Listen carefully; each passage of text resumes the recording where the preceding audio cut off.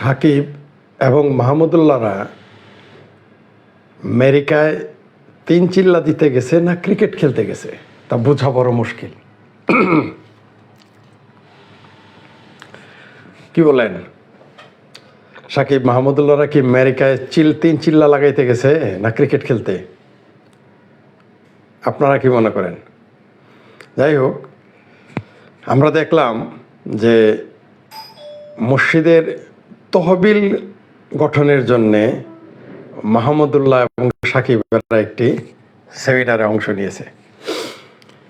পৃথিবীতে কোনোদিন শুনেছেন কোনো খ্রিস্টান ক্রিকেটার, কোনো হিন্দু ক্রিকেটার মন্দির ও গির্জা তৈরি করার তহবিল সংগ্রহের জন্যে কোনোদিন গেছে? শুনেছেন কোনোদিন? এই হচ্ছে আমাদের ক্রিকেট এবং মায়ের দোয়া ক্রিকেট এবং অন্যান্য ক্রিকেট দলের পার্থক্য। এমনকি এই যে মৌলবাদ চর্চা ও রপ্তানিকারক দেশ পাকিস্তান, সে পাকিস্তানের কোনো ক্রিকেটারকে কোনোদিন শুনেছেন যে মসজিদের জন্যে তারা তহবিল গঠন করতে গেছে? একজনের কথাও শুনবেন না। বরং এই যে পাকিস্তানের আরেক বক ধার্মিক এই ইমরান খান, যদিও তিনি বক ধার্মিক, রিয়াসাতে মদিনার স্লোগান দিয়ে ক্ষমতা এসেছে, তিনিও কিন্তু একটা ভালো কাজ করেছেন। ইমরান খানের মতো প্লে বয়কেও আমরা কোনোদিন শুনি নাই যে, মানে কি বলবো, আর এখন তো রিয়াসাতে মদিনা কায়েম করতে চান। তিনি তো আসলে প্লে বয় হিসেবে তখন পরিচিত ছিলেন। তখন আমি পাকিস্তান পন্থীদের হাইরে গল্প শুনতাম। আমরা কিন্তু তখন তো এত বড় ভাইদের কাছে শুনতাম, হাইরে ইমরান খানের গল্প, আজকে ওই মেয়ের সাথে প্রেম, কালকে এই পাকিস্তান ইমরান খানকে পছন্দ করে। এগুলো কার কাছে শুনতাম জানেন? জামাতিদের কাছ থেকে। তৎকালীন সময় বড় ভাইয়ের শিবির করতো যারা, তাদের কাছ থেকে ইমরান খানের খবর পেতাম যে চুল আশ্রয় কেমনে করে, চিরুনি রাখে কি রাখে না, তার উচ্চতা কত, কার সাথে প্রেম, এগুলো আমরা শুনতাম। মানে মিডিয়ার চাইতে ইমরান খানের এই শিবিরপন্থীদের কাছ থেকে, জামাতপন্থীদের কাছ থেকে ইমরান খানের খবর বেশি পেতাম। সেই ইমরান খান কিন্তু চমৎকার একটি কাজ করেছেন, তা হলো তিনি হসপিটাল করেছেন তার মায়ের নামে, আয়েশা খানম হসপিটাল, ক্যান্সারের হসপিটাল। এবং সেই ক্যান্সারের হসপিটালের জন্য তিনি সারা পৃথিবীর ক্রিকেট খেলোয়াড়ের কাছে চাঁদা নিয়েছেন, ভারতের বলিউডের নায়কদের কাছে, এমনকি অমিতাভ বচ্চনকে তিনি আমন্ত্রণ করেছিলেন। সচিনের কাছ থেকে টাকা নিয়েছেন, সচিন তেন্ডুলকরের কাছে টাকা নিয়েছেন, নিয়ে তিনি কী করেছেন জানেন? হসপিটাল বানিয়েছেন, যে হসপিটালটা ফ্রি অফ কস্ট চিকিৎসা করতে হবে। এখন করে কিনা জানি না। আয়েশা খানম তার মায়ের নামে একটা হসপিটাল করেছিল এবং সেটা ফ্রি অফ কস্টে চিকিৎসা করে থাকে। এই যে এই ইমরান খানের যে হসপিটালের যেটা তিনি করেছেন, তারা কিন্তু এত কিছু যে করেছে, এত আকাম কুকাম করেছে, তারপরেও তারা কিন্তু কোনো দিন এইভাবে চিন্তা করে নাই। এরা সবসময় মানবিক, পাকিস্তানের মতো ক্রিকেটাররাও চিন্তা করছে কীভাবে মানবিক কাজ করা যায়। তিনি সারা পাকিস্তান ঘুরে ঘুরে মানুষের কাছ থেকে মানুষের হাতের নারীদের বালা পর্যন্ত নিয়েছেন, চুরি নিয়েছেন, কানের রিং নিয়েছেন। এই ইমরান খান নিয়ে হসপিটাল করেছেন। সারা পৃথিবীর খেলোয়াড়ের কাছ থেকে টাকা নিয়েছেন, সরকারের কাছ থেকে জমি নিয়েছেন, তিনি একটু হসপিটাল করেছেন। আজকে যদি বাংলাদেশ ক্রিকেট টিম একটা হসপিটাল করতে চাইতো, তাহলে পৃথিবীতে উদাহরণ হয়ে থাকতো ইতিবাচক, যেটা ইমরান খান করেছেন। সেই হসপিটাল করার পরে তাকে কিন্তু প্রধানমন্ত্রী পদ পর্যন্ত তিনি দখল করতে পেরেছেন। একদিনে অন্যায় 22 বছর রাজনীতি করেছেন ইমরান খান। আমরা তাকে পছন্দ করি বা না করি সেটা পরের বিষয়। তিনি স্বপ্নে দেখেছেন নবী তাকে বিয়ে করিয়েছে, এক নারীকে বিয়ে করলে সে প্রধানমন্ত্রী, এগুলো গুজব ছড়িয়ে তিনি এগুলো করেছেন পাকিস্তানের আইএসআইয়ের ক্রীড়ানক হয়ে। কিন্তু হয়েছেন তিনি 22 বছর পরে হলেও তিনি প্রচুর পরিশ্রম করেছেন, খেলার হিসেবেও অন্যতম শ্রেষ্ঠদের একজন। এমনকি তিনি প্রচুর মানুষের কাছ থেকে ডোনেশন নিয়ে হসপিটাল করেছেন, নিজের সমস্ত কিছু দান করে দিয়েছেন। আর আমাদের মাহমুদুল্লাহ গঙেরা, এই যে আমাদের সাকিব গঙেরা, এদের শত শত কোটি টাকা থাকলেও এরা কিন্তু জনগণের জন্য কিছু করবে না। এরা কিন্তু একটা হসপিটাল করে নাই, এরা কিন্তু একটা হসপিটাল করার চিন্তা করে নাই। এদের টাকা তো দেবেই না, বরং এরা যদি চাইতো, মানুষ ডোনেশন দিত, একটা হসপিটাল হতো। ঘোষণাও দিয়েছিল, একজন করে নাই। কারণ করবে না, জানে জনকল্যাণমূলক কাজ এরা করবে না। একেবারে দায় সারা গোছের মানে একেবারে মানে ডাব্বা মেরেছে ক্রিকেটের রেজাল্টে।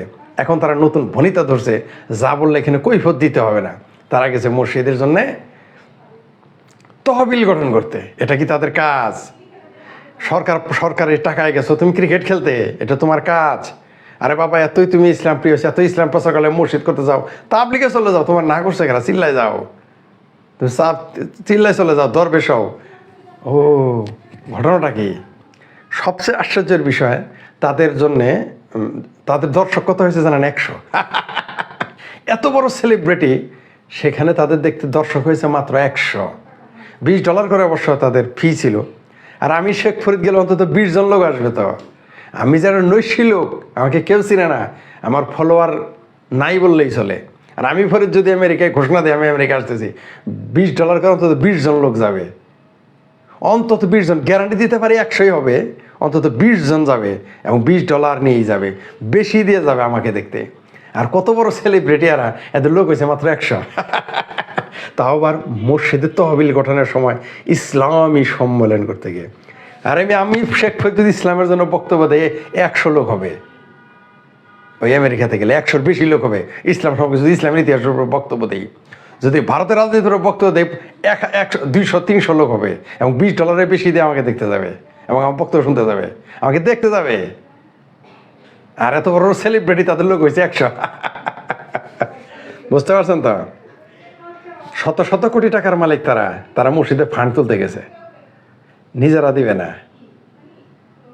এই সাকিবের কি টাকার অভাব? মাহমুদুল্লাহদের কি এখন টাকার অভাব? তারা এলাকায় কোনো দেশে কোনো হসপিটাল করে না। কেন করে না বাবা?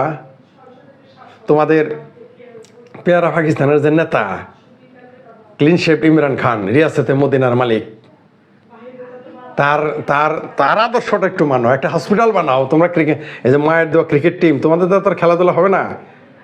আবার ক্রিকেট খেলাই হচ্ছে ইসলামের দৃষ্টিতে হারাম, মানে হারাম পয়সা পকেট মেলেকে হালাল গোজ ঢুনলেওয়ালা এরা। এটা বারবার বলি, ইদানিং আমি বাক্যটা একটু পরিবর্তন আনতে চাই।